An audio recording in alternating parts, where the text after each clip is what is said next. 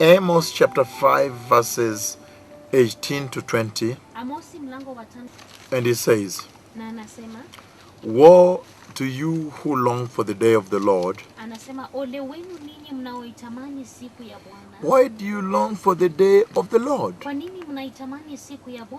That day will bring darkness, not light. Precious people, he says it will be as though a man fled from a lion,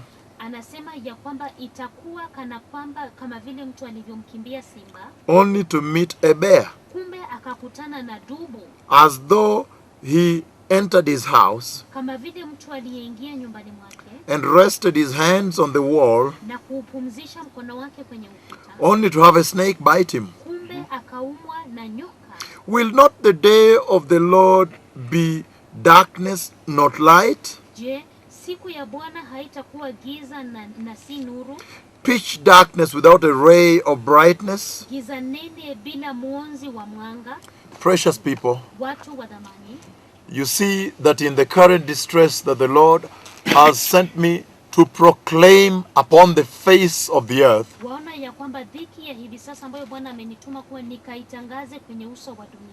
for example, when I spoke on the 23rd of August at 5:15 p.m. Kenya time, East African time,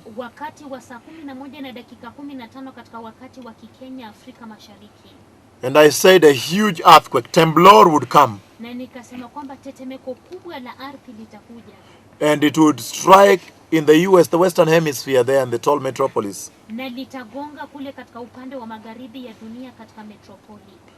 And you see that when that prophecy was fulfilled in record 3 hours. And you see that when that prophecy came to pass, anyone that was in that zone that was being shaken realized that a moment arises when mankind has nowhere to run to.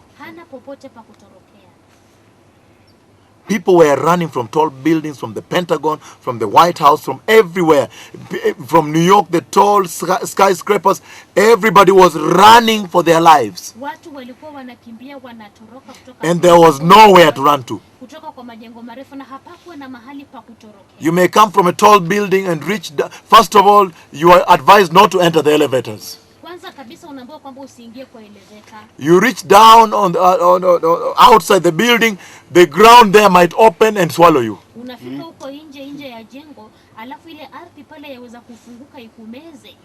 And he says, but this is just the beginning of bad things. You can imagine what happens after the rapture of the church. As we have read concerning the day of the Lord. And he says that there will be nowhere for men to run to. When the floods came, there was nowhere to run. People, I mean, you had to run away, because if you stayed in that vicinity, you literally had nowhere to run to.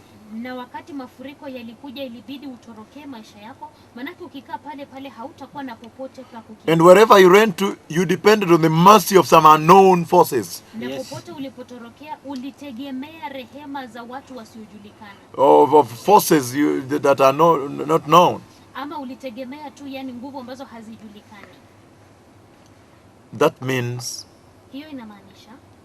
there is a window here. The Lord is asking the church,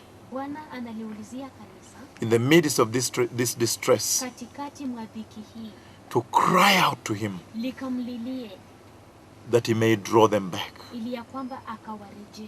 The Lord is saying, I am shaking you to wake you up from the slumber, that you may be distressed and cry out to me.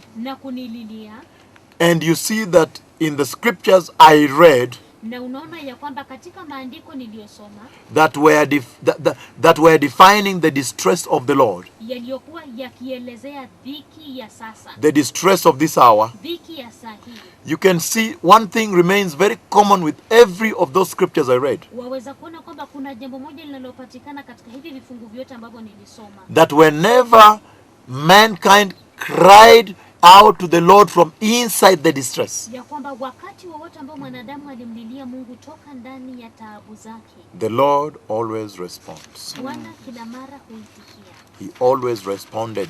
Yeye kila mara aliitikia. The Lord is telling the church and the nations Bwana analiambia kanisa na mataifa that inside this distress is also the faithfulness of the Lord. ya kwamba katika haya yote pia kuna uaminifu wa Bwana. That if you will call on the name of the Lord at this hour, Ya kwamba ikiwa utaliitia jina la Bwana katika saa hii, the Lord will always rescue you. Bwana kila mara atakuokoa. In other words, draw you back to himself. Kwa maneno mengine ni kwamba atakuvuta kwake mwenyewe. From the distress, Toka kwa dhiki, and in the process, na katika hali hiyo he will process you.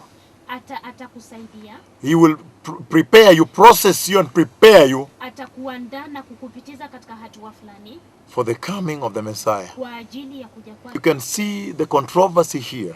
Lakini waweza kuona matata hapa. Why the distress comes Kwa nini dhiki yaja? is because mankind fell away from holiness. Ni kwa sababu mwanadamu alianguka mbali toka kwa utakatifu. This entire conversation that is going on globally on the face of the earth, Haya mazungumzo makubwa kabisa ambayo yanaendelea kote kote kwenye uso wa ulimwengu, this enormous distress of this hour, hii dhiki kubwa kabisa ya saa hii that you see the Lord sending me to proclaim and pronounce across the earth, ambayo mnaniona Bwana akinituma nikaende kuitangaza na kuitabiri kote kote duniani, it is speaking one thing. inanena jambo moja. It is screaming out very loud on the face of mankind. Inapaaza sauti kabisa ujumbe kwa mwanadamu.